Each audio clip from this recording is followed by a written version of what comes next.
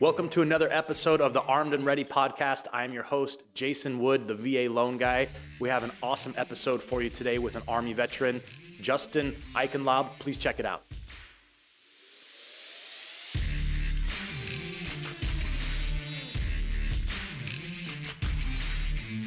Hey, welcome to another episode of the Armed and Ready podcast. I'm your host, Jason Wood, the VA loan guy. Today we have an Army veteran entrepreneur with us, Justin Eichenlab. We're super excited to have him with us today. So welcome to the show, Justin. Thanks for joining us. Hey, thanks for having me on. Yeah, man. So I think you have a cool story because you're an entrepreneur. You're working on kind of your second startup and you're active duty, served in the military. And so I just want to kind of go through, share your story with us. How did you make the decision to join the Army? You know, what was the motivation there? So I actually come from a pretty long line of veterans. My dad was in the Army. A couple of my cousins were in the Marines. I had uncle in the Navy. So my family served in pretty much every branch except for the Air Force, actually. Oh, It's the only one. So for me, it was just kind of like I always kind of had that draw to serve, and honestly, I messed around a lot in high school. I wasn't challenged. It didn't push me the way that I felt like I needed to be pushed, and so I was looking for a real challenge, and I got it. yeah. So you joined the Army, and then you were in intelligence, right? Yes, yeah. I spent my 5.5 years on active duty in intelligence. I was a intelligence systems technician. So when I got there to do my training and everything, I didn't realize just how much time it was going to be. It was actually 53 weeks spent training to maintain over. I think at the time we had 13 different intelligence systems, but I spent my career basically working with 3 different ground-to-satellite communication systems. Oh, wow. So a lot of screen time then, right? Oh yeah, yeah. And a lot of people think, hey, we're going to intelligence to work smarter and not harder. But what they fail to tell you is that, yeah, you're going to be working with satellites, but these man portable ones, yeah, they weigh about 400 pounds, and you never have enough people to work with them. So Oh, jeez. you get strong. Yeah, that's the side benefit, right? Um, so you're in 5.5 years. Where'd you deploy to? Any cool deployments? Yeah, I spent a year in Afghanistan, which was really cool because we weren't like, it wasn't like a traditional deployment. We were a detachment. We were actually working pretty much on the daily with NATO forces. So my team, we got detached and from our main unit, and we were attached to the Polish army. Oh, So I wow. spent the majority of my time in Afghanistan working over in the eastern mountain area, and so we worked with Polish teams, Polish special forces, U.S. special forces, some of the Czech army, and a few other uh, like NATO forces. It was really cool. What's it like working with other NATO forces, kind of like on your daily interaction? Are you guys able to communicate well and stuff, or how do you function? So yeah, the Polish army, a lot of them, we it was a lot of them speak. Some of them speak better English than we do. Um, but yeah, no, I mean, I feel like soldiering is soldiering, and so everybody's military has their own version of like the suck that you embrace, and so it was we found ways to relate with one another. And it just working with them was great. It was my first time. My first duty station saw me in South Korea for a year. So and I worked a lot with the ROK Army and the ROK Marines while I was there. So for me, it was just kind of like, I guess, old hat at the time because I'd already been used to working with other allied forces in the past. That's pretty cool. So you were also in South Korea. How long were you stationed there? I spent a year in South Korea. I got to the point where I did want to stay because they had a a program in place called AIP, which would allow you to sign up to stay there for an additional year. And unfortunately I passed the window for it. I had a blast. I absolutely loved Korea. I took advantage of being there and did all kinds of good stuff, especially taking advantage of programs like the like single soldiers retreats and like the boss program. So I mean, I did all kinds of stuff from going hiking in the mountains to deep sea fishing off the coast, and Oh, wow. yeah, it was great. That's really cool. Were you close to like the DMZ or anything? I actually spent a number of months on the DMZ for training. So yeah, Gotcha. I spent about 4 months. I actually I have the award that I got sitting up here from the Joint Security Battalion there on Panmunjom, in which is the DMZ, and actually got to go to the building that's straddling the line between North and South Korea, and Oh, whoa. yeah, it was really interesting. Is it a pretty like tense place to be or? It can be, yes. It's pretty tense because right there in Panmunjom, you can look across. You just look towards North Korea, and they've got towers. They have got gun towers placed, and they're manned. And so yeah, it's like waking up for that Monday run, and you just having your run while there's guys in machine gun nests, and they're sometimes they make faces at you, or like give you the finger, or do the little throat drag, and so yeah, it's just a good time. Yeah. Um, that's great. Any good stories you have you want to share with us? Any funny stuff or some crazy stories from when you're in? Oh, I've got plenty of crazy stories. Most of them probably not not too suitable for some to hear. Um, but oh, let's see if I can think of a good one here. Uh, okay, so this one might be pushing the bounds a little bit. So while we were in Afghanistan, uh, we had our air medevac team. They lived in the building across from us. So we would always hear when the choppers were picking up when they had to go rescue a uh, medevac somebody out from like a firefight or what have you. And they worked pretty close in tandem with the Polish medics. So one day I was I was on my way to go get chow, and they are whizzing by in the gator. They got this guy in the back in the gator, and they're like, "Hey, we need to put out a call for Opa's blood. We got a gunshot wound." And I was like, "Hey, I'm Opaz," and they're like, "Okay, get in here." And they got in, and they started to, get the blood from me. And I'm kind of like, I'm sitting there next to the dude, and I can't remember. I think he was a staff sergeant, and he looked over at me, and he was just like, "Oh, what are you in here for?" And I was like, "Oh, man, I twisted my ankle." He's like, "Huh, you pussy! I got shot." as I was, uh, as I was, you know, donating the blood that he needed. So it was a pretty funny, just kind of a surreal moment. But Well, that's really cool. You're able to do that. That's awesome. so, yeah, So, and oh, go ahead. so you 5.5 years in the army. What was the deciding factor to leave? Injuries. So we were gearing back up. We had just gotten back, and they had shortened deployments from 12 months to 9 months. And the last unit I was in was a battlefield surveillance brigade, and there's only a handful of them in the army. And so with the deployments now going down to 9 months, we were getting basically going to be heading right back to Afghanistan. So I was trying to re-enlist at the time and go to Germany because I really wanted to go to Germany.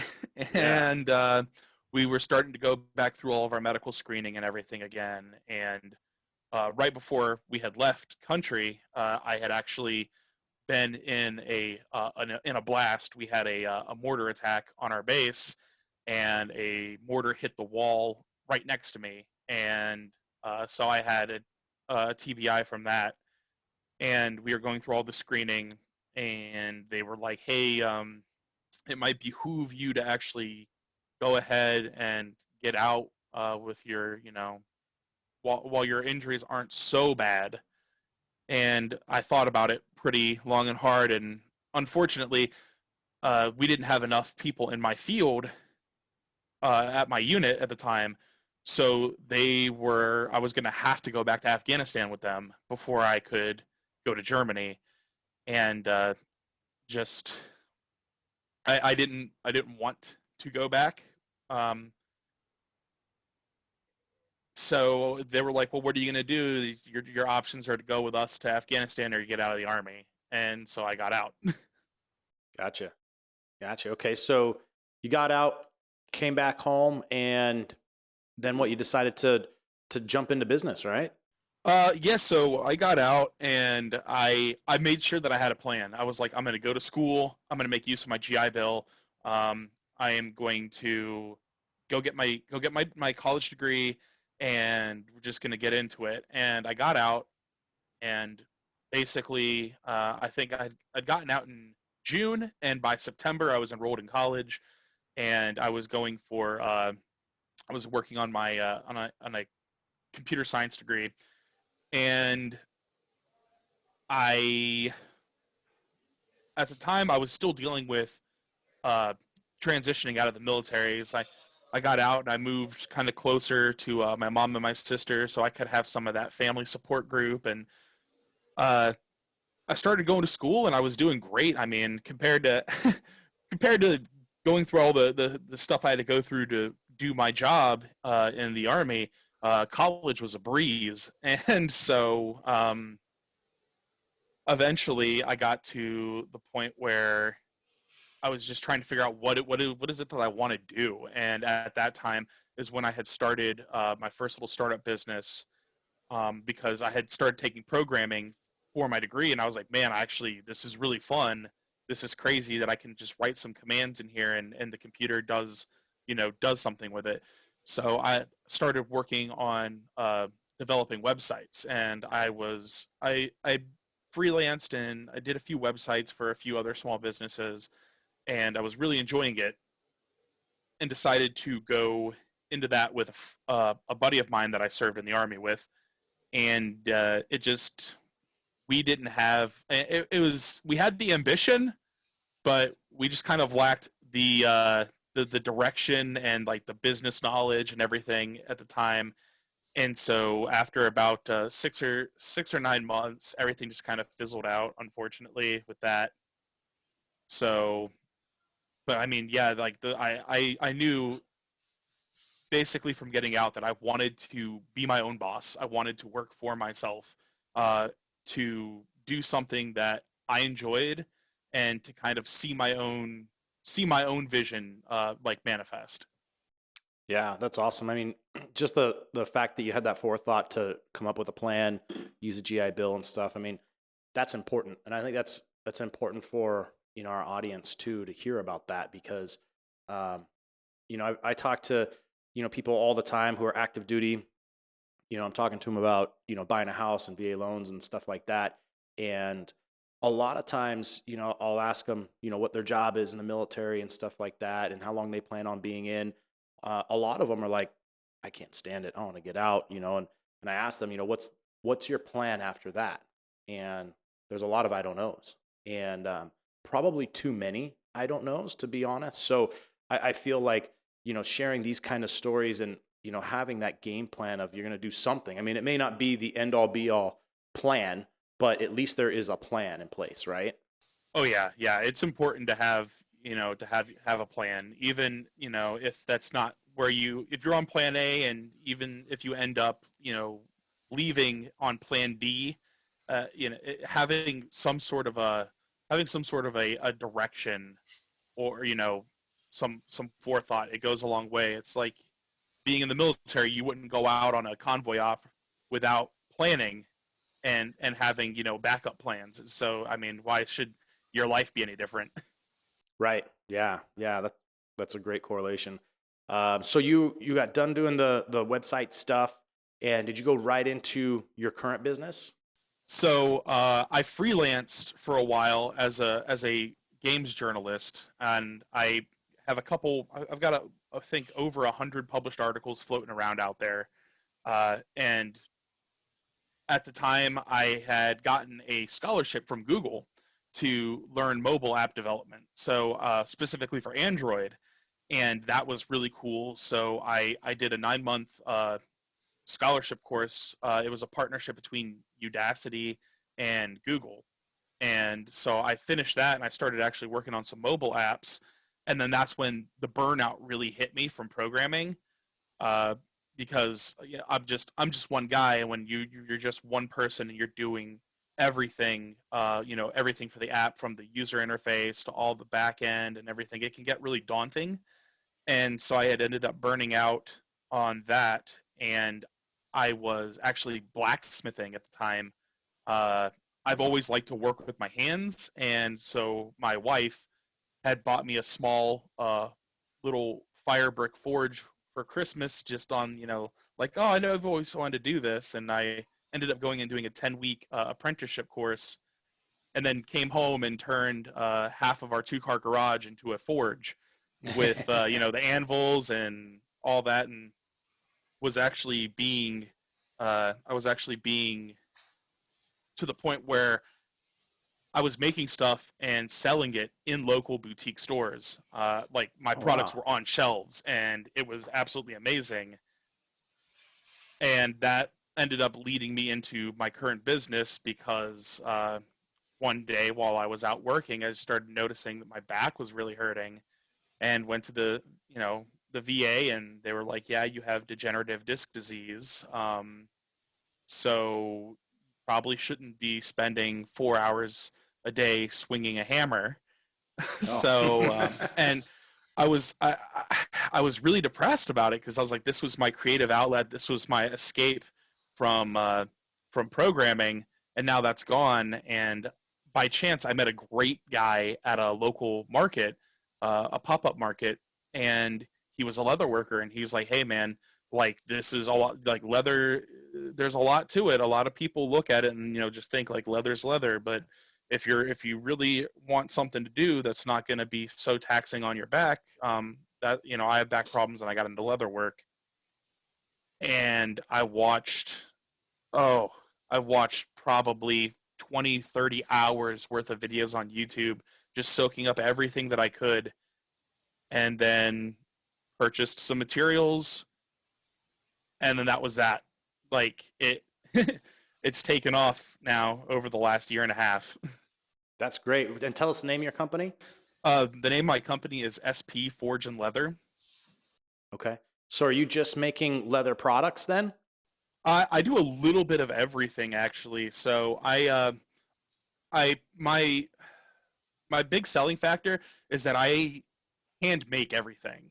I do have the capability. I have an industrial sewing machine, and I can do that. But almost everything that I make at this point is completely hand stitched, Oh which, wow. yeah, it could be a little on the daunting side. But the difference between having a machine stitched item versus a hand stitched item is actually down to the stitching. With hand stitching, I can do what's called a saddler stitch, and it's basically just a double, like, reinforced stitch. So if you were to break a stitch, it's still sewn on the other side.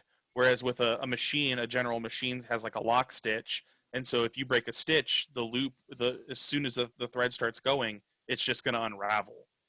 Oh, that's good to know. So, uh, but yeah, my big thing is that I make all of my goods. I try to source all of my materials here in the U.S. Actually, the primary leather that I use comes from one of the oldest tanneries in the United States. Oh, that's cool.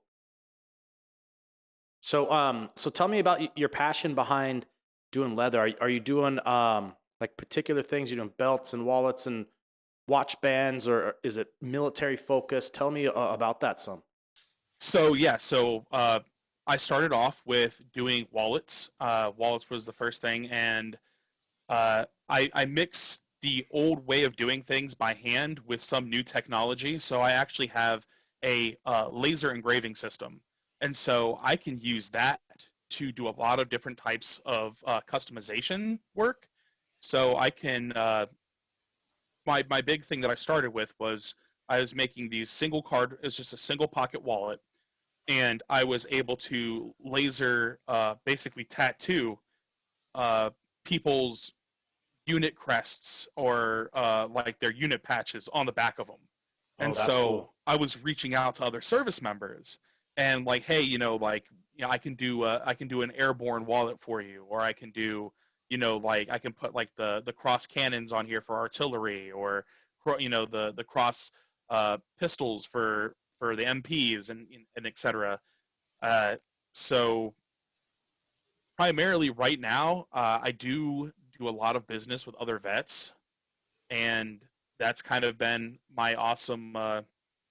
Actually, how I got into everything was I reached out to John Burke, who's a big veteran influencer, and sent Yeah. him one of my wallets, and he loved it to the point where he gave me a big shout out, and my business just took off, and I spent many nights engraving custom wallets and stitching, and slowly I've expanded that out to now doing belts. Do belts ranging from your daily dress belt to conceal carry pistol belts, Oh wow. and I'm slowly expanding my knowledge, my skill set, and my product line. So outside of this, I do offer other custom stuff. I can custom engrave. I have some custom engraved flasks that I do. I'm still tinkering with glass etching, um, but Nice. mostly my stuff has got well I like to call like the everyday carry kind of a focus. So watch bands, um, pouches. There's some things that aren't on the website yet, so I'm gonna hold off on mentioning them yet. But yeah, Nice. watches, belts, wallets, all that kind of stuff. That's cool. What's your favorite thing to create? Like what gets you most excited to make?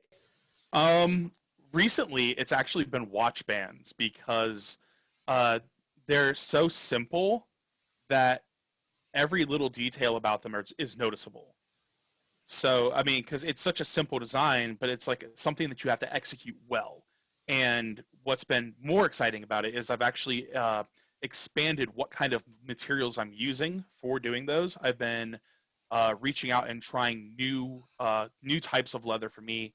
Uh, Specifically, I've been using this really pretty camouflage pattern Italian leather, and Ooh. it's just absolutely gorgeous. I've been doing my NATO straps out of it and a few watch bands, and just everything about it, the look, the feel, the finish. It's just like I could talk for hours about just the differences in leather, and just how something as simple as the way that it's finished or like how it's dyed changes the entire fit and finish of a product. Oh yeah, I'm sure there's just a ton that goes into it. Have you found it challenging trying to break into that industry? I mean, are there a lot of competitors you have to be up against? Um, Really, it's just other like bigger businesses that have been already established. But there's a lot of other veteran leather workers out there. And the community is super welcoming. When I first started getting into it, I met another. He's an Air Force vet who lives up in Michigan, and he's been a super helpful guy. He's told me about some different types of leather, sent me some samples and whatnot. And there's even a couple more leather workers here where I live in Ohio, that are vets. There's another Army vet, and everybody, even though we all work leather, we all have a different thing that we do. Like he does a lot more of the traditional design with the hand stamping and carving, and So, I mean, it's been rough getting into it for me solely because I'm just one guy and there's only so many hours in the day. Right, right. But that's also, I feel like I wouldn't really want it any other way right now because it's all down to me and the choices that I make. And so there's no one to blame but me if something goes wrong. Right. Yeah. Well, hence the pros and cons of owning your own business, right? Um, that's really cool. What's the long term vision for you in SP Forge and Leather? So the long term vision is to get to the point where preferably, I'd like to bring on a couple more vets. I've been kind of slowly prodding at my buddy here in Ohio. The thing is that he lives clear on the other side of the state, so it's a little. I think it's like it'd be a 3 hour trip for him to come here or me to go there. But what I would like to do would be to get to the point where I could have a more of a dedicated workshop kind of set up. I've already, being the kind of planning person I am, I already have a full spreadsheet breakdown of machinery that I would like to purchase and uh, like how I could factor that in with some financing and a little bit of number crunching.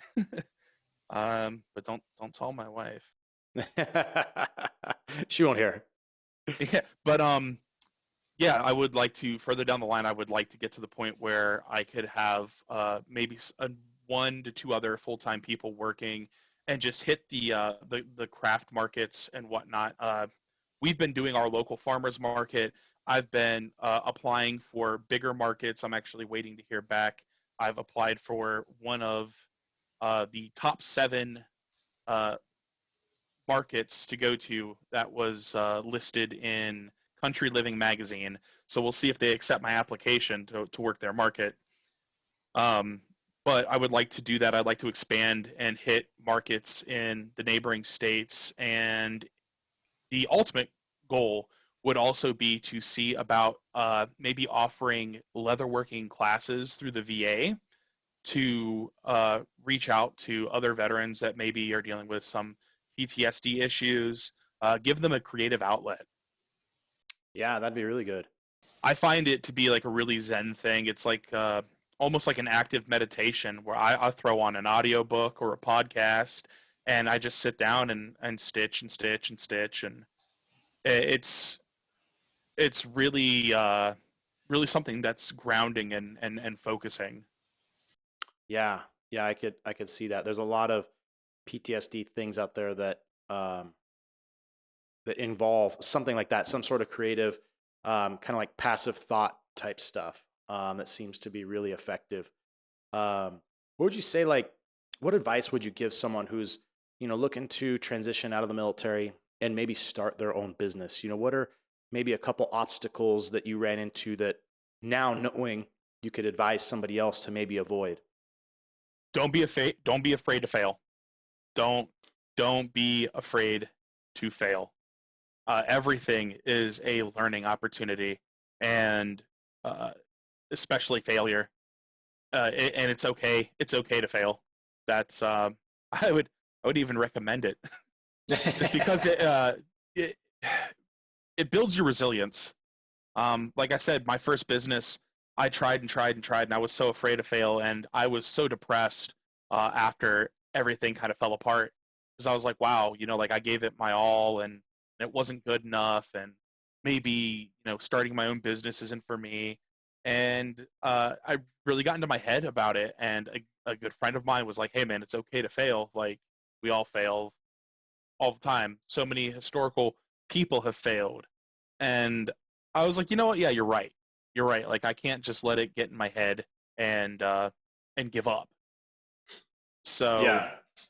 don't be afraid to fail and have a really good business plan. Like really take the time to sit down. There's a ton of awesome free resources out there that you can take advantage of to learn about all facets of business, from down to marketing to you know just there's so many free resources. I took an online marketing course for free, and it helped boost the amount of views and stuff my products were getting. uh, take advantage of the free resources that are out there. There's so much, and just never stop learning, because once you stop trying to further yourself, your education, you start going in reverse. Yeah, yeah, that's totally true. And I think that advice is super sound advice that we've heard or read about in so many different ways, right? Which is, you're going to fail more times than you succeed, but it's basically how you pick yourself back up again, right? And and develop that resilience and learn from that failure and, just forge on forward.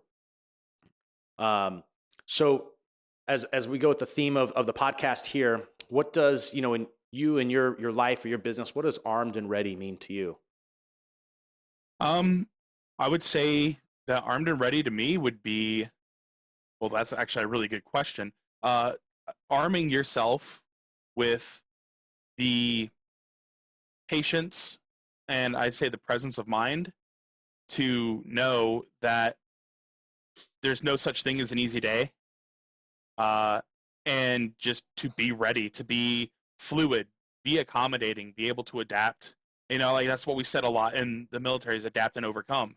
And so for me, I guess I would say that, to be armed and ready would be to understand that Murphy's Law is out there, and if things can go wrong, they will, but you need to be able to be flexible. Yeah, absolutely.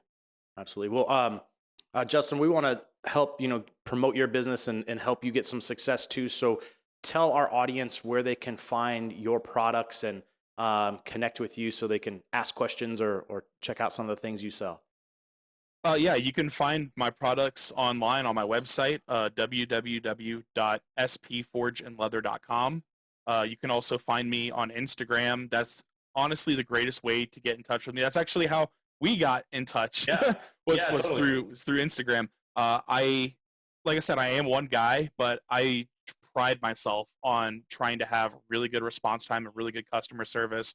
I've sat and had chats with people that wanted to buy stuff from me, uh, well past 8, 9 o'clock at night on a Saturday. Um, for me, it's a personal experience. The things that I sell, I take a lot of time and effort into making them, and I make them to last. And so it's not just I'm not just trying to sell something to somebody as much as I am providing them something that they're going to have for years and years to come. It could be the wallet that you hand down to a son. It could be, that belt that you've had for a decade now, and it's got all the wear and tear on it, memories of life. That's all, to me, uh, that's what is in my head when I'm making things, when I'm sending things off to people, is like, I can't wait to see what that wallet looks like 5 years from now. What stories is it going to have? Yeah. Oh, that's cool, man. There's a lot of significance behind all that stuff. Um, well, Justin, I want to say thank you so much for your service to our country and thank you for being a guest on Armed and Ready today. It was really great to learn your story, and I hope some others benefited from this as well. I sure learned quite a bit from you, and glad to know more about you and your company, man. It sounds really awesome. Hey, thank you for your service as well. You bet. Thank you so much for listening today to the Armed and Ready podcast. If you have any questions or would like to get in contact with our guest today, you can reach out to me at valoanguy.us.